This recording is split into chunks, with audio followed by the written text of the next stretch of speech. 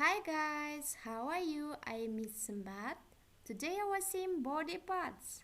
Сәлеметсіздер ме балалар? Бүгінгі біздің тақырыбымыз дене мүшелері жайында. Let's start. Open your people's book on page 6, exercise 6. Rearrange the letters and write the words.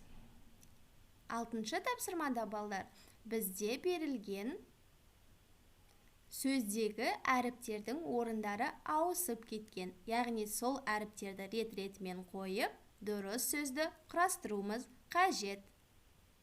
Good luck!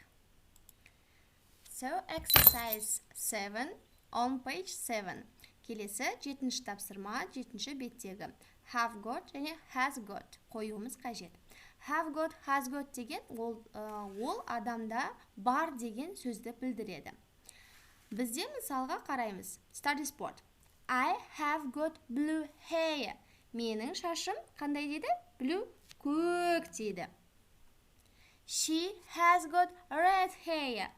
Оның шашы қызыл деп жатыр. We have got big mouth. Біздің аузымыз екеумізде де айтып жатыр. Біздің аузымыз үлкен аузымыз бар дейді. Яғни I болса have got-ты қолданамыз. She болса, she қызды айтамыз, she, he деп, ол деп ұлды айтамыз. He, she-ді біз has-ды қолданамыз. Ал we, біз деп айтып жатқанда біз have got-ты қолданамыз. Ал немесе it деп біз жансыз заттар мен жануарларды айтатын болсақ, has-ды пайдаланамыз. Енді 7-ші тапсырмада осы ереже бойынша біз толтыруымыз қажет. We, біз, мұнда қараймыз, have got, we have got green eyes. Біздің көздеріміз не дейді? Жасыл көздеріміз бар деп жатыр, Келесі тапсырмаларды жеке өзіміз орындаймыз. Good luck! Look and listen. It's got one mouth. Now, count and say. It's got 3 ears.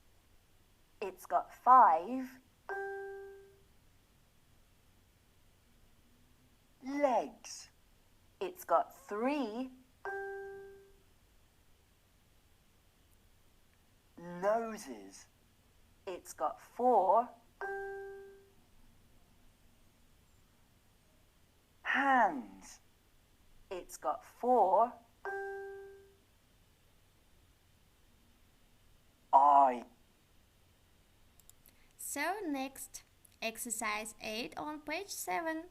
Енді балдар 8-ші тапсырмада жаңа көрген видео бойынша бізде бейнеленген